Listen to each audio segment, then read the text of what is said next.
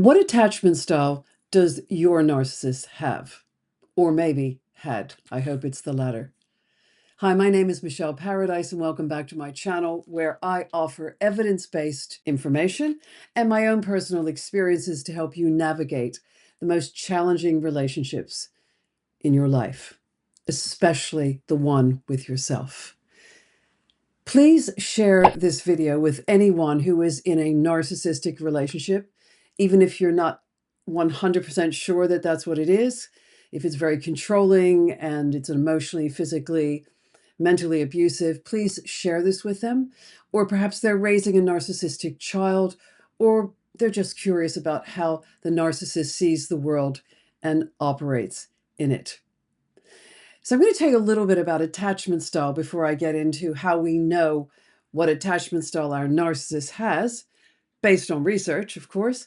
And I just want to tell you a little bit about the background of it. 1950s psychologist, British psychologist, John Bowlby. And this was his idea. He started this theory and he fleshed it out. So his book is John Bowlby, An Attachment Theory. There's a link below. And then his partner, Mary Ainsleigh, she was also a psychologist. She was from my home state of Maryland. And she wrote a book called Patterns of Attachment. There's a link below that as well. However, her sort of aspect, her perspective came from something called strange situation. And I'm going to put some information, attach some information about that as well. And all that means is she set up a physical, in real life room where the child and the mother and another person could be observed. And they watched how the child responded to mother, and then mother leaving, and then stranger coming in, and then mother and stranger being there. I won't get into all of it. I will give you a link so you can find out more. But what they did is they developed the concept of attachment theory based on how children attuned to their parents growing up. Every child needs a solid, secure relationship with at least one parent figure who becomes like an anchor for them, a safe haven for them, and is consistently emotionally and physically available to them. So I hope you heard that. If one of the parents in the child's life isn't stable and one is, that will still work for the child. Okay, so what I'm going to do is I'm going to describe the 4 attachment styles, and I'm going to use a metaphor of a child in a playground just to make it a little bit easier and a little bit more visual for you. So the attachment styles are secure, anxious. Some say anxious ambivalent, which I quite like because it'll help for you to understand what I'm about to say, avoidant, and disorganized. So imagine there's a playground and there's a child, let's say the child's sitting in the sandpit, and the mother or father or parent figure, I'm going to use the term parent figure because not always the mother or father, sitting on the bench watching the child play. The child falls down and hurts its knee.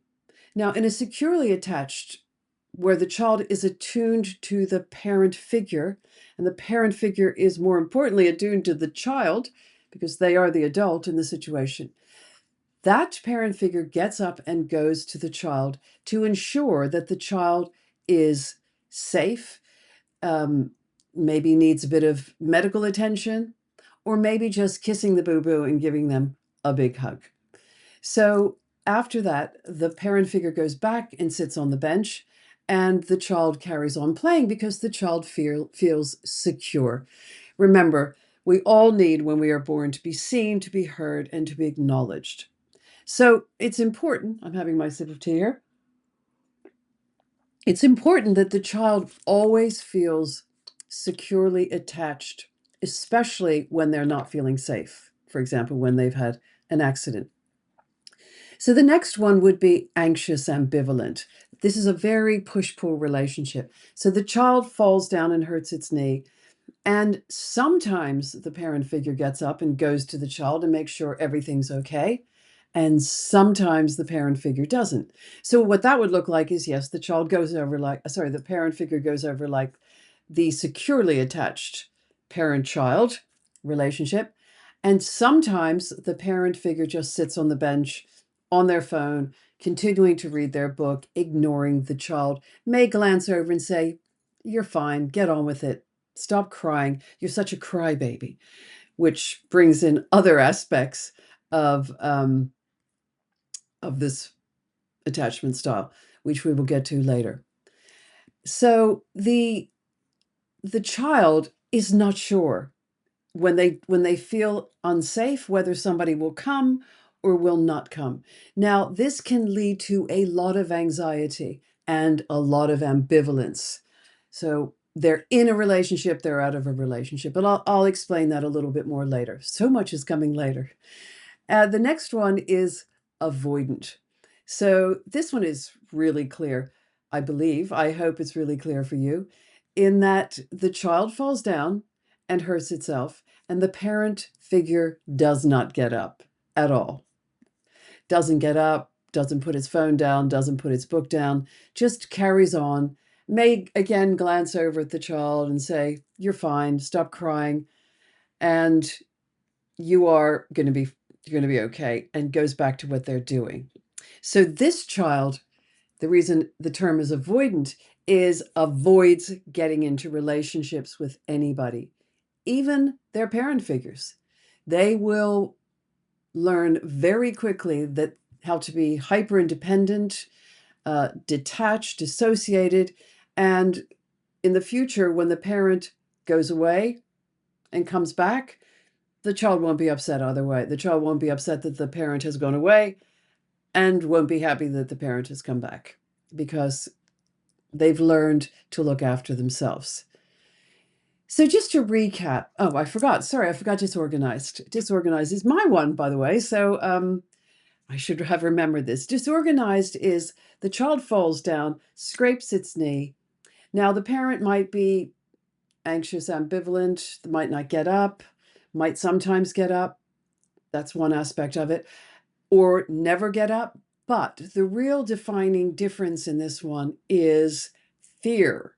So regardless of what the parent figure does, whether they're anxious, ambivalent attachment style or avoidant, they come with anger, rage, which creates fear for the child. So what this could look like is the child has fallen down and it looks over to the bench, and this time the parent figure gets up, but the parent figure comes over and says, may even pull the child by its clothing, pull it up, may be over the child, overarching and telling the child off, like, "You stupid child, you're so clumsy, you're always falling, you're always getting into some problems, you're having problems all the time." And the child then is afraid. So the hero, i.e. the parent figure, becomes the enemy. And I'll show you what this looks like. So we're just going to recap that in terms of what it looks like as a child. So securely attached individuals are comfortable with intimacy and can balance dependence and independence in relationships. So that's the securely attached child individual. Anxious, ambivalent individuals with this attachment style crave intimacy and can be overly dependent and demanding in relationship. Lots of drama, anger, push-pull, which is what they got used to in childhood. If you think about it, they're very push-pull relationship. Sometimes the parent figure came, sometimes they didn't. And I had to figure that out, learn how to deal with it. And remember, the child doesn't figure too much out. Our brain isn't fully formed until we're about 26. So they're figuring out really usually just becomes rejection and abandonment. And this individual, this anxious, ambivalent, can be obsessive, jealous, and very controlling. Avoidant. This style is characterized by strong sense of self-sufficiency, as I said, hyper-independence, often to the point of appearing detached. Individuals with this avoidant attachment value their independence highly and may seem uninterested in close relationships. So they're very arm's length. They are quite dismissive about other, and they don't really feel like they need a relationship most of the time. And they will tend to have many more casual sexual relationships to gain intimacy in that way. Disorganized individuals with a disorganized attachment style, as I said earlier, this was mine. Was, did you hear me say was? I'll tell you what I mean about that. They desire close relationships and fear vulnerability. They may behave unpredictably in relationships due to their internal conflict between a desire for intimacy and fear of it. And this very much describes me as I was growing up. So, what does this look like in adult relationships? Because I know that's what you're interested in, because I would think most of you are adults sitting here and you want to know how that shows up in an adult relationship. So, adults with secure attachment style really value their relationships and acknowledge how these relationships have shaped them as individuals. And, what I'd like you to do, I'd like you to comment below as you're hearing all of this, because this is a lot to take in. And if you'd like to share with us your thoughts on what attachment style you may think you are, and these definitions I'm about to give you will really help because you're now an adult. So, as I said, adults with secure attachment, they really value relationships, acknowledge how these relationships have shaped them as individuals. They're usually willing to remember and talk about their past relationships, showing that they have thought deeply about these experiences. They are open when it comes to sharing their feelings and thoughts with others. That's a real key point in all of these attachment styles. This is the only one that is really like that. They're comfortable both giving and receiving help in their relationships. Now, let me just say this. I wish I'd said it earlier.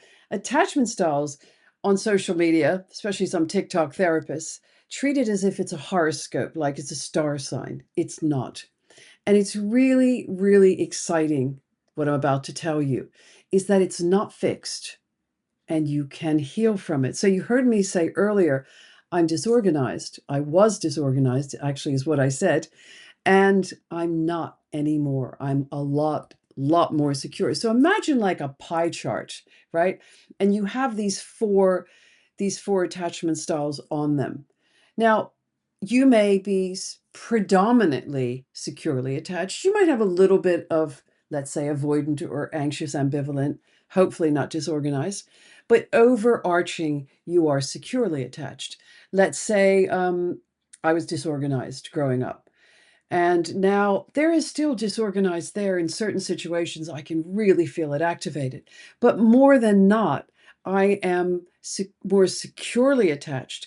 And most importantly, I am aware. I'm aware when my disorganized or my anxious ambivalent or even my avoidant comes out. And I was assessed as avoidant disorganized. So I was very much on the cusp, but pushing people away. So I want you to remember that this is not a death sentence in any way. You can heal from this. And so can your children if you're noticing narcissistic personality style in them already. And I'll touch on that in a bit. So let's get back to the anxious attachment. People with this attachment style long for closeness with others, but they worry if their partners will truly be there for them. Being on their own or relying too much on others can make them really uneasy. So an example would be the partner of an anxiously attached person would go on a business trip and they would be very anxious, like, don't go, I can't sleep when you go away, I can't eat. And then they get very comfortable for those few days, even if it's just a couple days, being with themselves. They're like, oh, it's quite nice. Or they may not even notice it. Then the person comes back, the partner comes back, and they're like, they feel like their space is being encroached upon and their partner is in their way. So there's this very ambivalent push, pull. So being on their own or relying too much on others can make them uneasy. And that's an example of that. They are still trying hard to make their parents happy. And this is really interesting because this often occupies their thoughts. Even though they're adults, they will still be carrying around that inner critic, i.e. the parent, and the voice of the parent, and wanting to prove to the parent most of the time that they are enough. They can get really upset if they feel that the appreciation and importance given by others are not genuine, or do not meet their expectations. So they're very, very sensitive, and this particular attachment style has a lot of drama, a lot of anger. There will be a lot of conflict. As you can see, you're upset the partner leaves, and then you're upset that they've returned. So there will be a lot of discourse and conflict in this relationship. Argument. There will be a lot of breaking up and getting back together. So are any of you recognizing yourselves in any of these yet? Please comment below. The avoidant as an adult, they often avoid getting too close to people and sharing deep connections because they want to feel free and safe. Remember, their parent figure never got off the bench and came to see if they were okay. So they've learned how to not need anybody. So this can make it hard for them to be close with others. And they place a lot of importance on being independent and able to take care of themselves. And that can really show up as not trusting people to do anything for them. You know that adage, if you want something done well, you do it yourself. That's very much what an avoidant attachment style would be. They would do everything themselves. With clients, I see this. They do not know how to ask for help. It's just not in their vocabulary or in their mind to ask for help. So I actually suggest to them we create some exercises where they go into shops, even though they may know where something is, and ask for help or ask for directions, because it's really important to develop that neurocortical pathway of asking for help and learning that you can rely on others sometimes or need others. Now, the thing is, in these attachment styles, were any of you aware of what the narcissist attachment style might be? Because that's what this is really about. But I needed to give you some of the background in order for you to figure that out. So take a minute. Any ideas? Well, to me, it's crystal clear, but maybe it won't be to you. It is anxious ambivalent. Now, I'm not saying every last narcissistic personality style individual is anxious ambivalent attachment style, but most of them are. Because now this is where I'm going to speak from experience. I, growing up, probably retrospectively have had I've been in more narcissistic relationships with narcissists than not. And I even married one, my ex-husband, who I've talked about before. And I can vouch for this. Just about every one of them had this anxious, ambivalent, possessive, jealous, controlling, wanting to know where I was, not trusting what I was doing. And believe me, not that I need to make this clear, but believe me, I was very monogamous and very trustworthy. And what was usually going on is they were the ones doing all of the things that they were accusing me of. So please listen to that again. Notice if what they're accusing you of, start looking around and picking up cues if they're doing all the things that they're accusing you of, because this is another trait of them. So there's a lot of drama. They love the drama.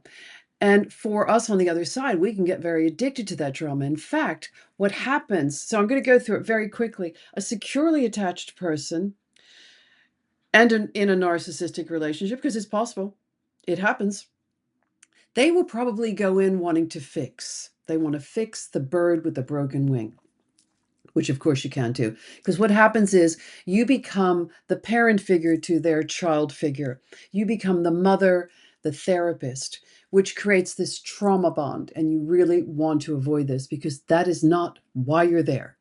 That is not a healthy relationship. So don't be the fixer. Now, the difference is a securely attached person will go into a relationship with a narcissist, but will get out very fast because they will wake up much more quickly than other attachment styles. Anxious ambivalent can also get into relationship with a narcissist, and it is possible for two narcissists to be in relationship with each other. And that goes back to other videos that I've done, and I will highlight that here, the 4 needs of the narcissist. So if you each have 2 or more needs for each other, they will be in a relationship with another narcissist who is possibly anxious ambivalent. Okay. Now, avoidant. Avoidant is also very, very attractive to a narcissist because it's very challenging. And there's an expression around narcissistic relationships is that they don't choose low-hanging fruit on the tree. They choose high-hanging fruit because it's more of a challenge. They want people that are the most attractive in the room, the most intelligent in the room, the most popular in the room, and they want them for themselves. They want them on their supply wheel. And I always have my trusty little post-it here showing you what a supply wheel looks like. That is the narcissist in the middle, and around there are all the suppliers. And if you are on their narcissistic supply wheel, you want to get off as quickly as possible. So we all can be magnetized, attracted to a narcissist because they're very charismatic and popular, and they can be some of the most attractive people in the room themselves and intelligent and all that. So even I, in disorganized attachment style, which I will talk about now in terms of being in narcissistic relationships. So why would I, who is quite sensitive and vulnerable and fearful, why would I? Well, for me, and this isn't for everybody, my father was a narcissist. So I became very familiar with that behavior. I actually normalized the behavior of my father because remember, growing up, especially the first 7 years of your life, you don't have a lot of color and shade and contrast to your life. You don't know what other families are doing unless you have sleepovers with other families or you go stay with your aunts and uncles. You might see other relationships, but we're getting all of our information from our mother and father, even if they're not together. And we normalize their behavior. In my case, my father was narcissistic personality style. Don't blame him for any of this. And he had so much trauma in his life, and I completely understand it. But he brought this into my life, so I normalized that. So what I did was it became familiar. The word familial is in familiar. And I created a template for what I thought a relationship should look like or would look like. And as soon as I saw a narcissistic personality style guy, that felt familiar because remember, there's safety in dysfunction. So I saw a very dysfunctional relationship with my parents, but I also felt safe because it was familiar. So I hope that makes sense. Now, if you didn't have a narcissistic father and you are disorganized attachment style, you can still be very attracted to a narcissist because you have such a mix of all of the attachment styles, except secure, of course, and you're very vulnerable and fearful and absolute fodder to the narcissist. So as I said earlier, I've got a link to an attachment style quiz, which isn't mine, but I think is a very good one. I took it myself just to see how it was, and I think it's a very good one. So I would suggest that you do that and take it yourself if you don't have that information already. And I just want to say, because I should have said this earlier, a lot of times people misunderstand when I'm talking about how we grew up. They think that I'm blaming the parents. I am never, ever blaming the parents. I am a parent myself. I have made mistakes with my children, I know. What it is we grow up in an environment, and in that environment, we get all of our cues. We watch the behavior of our family, not just our parents.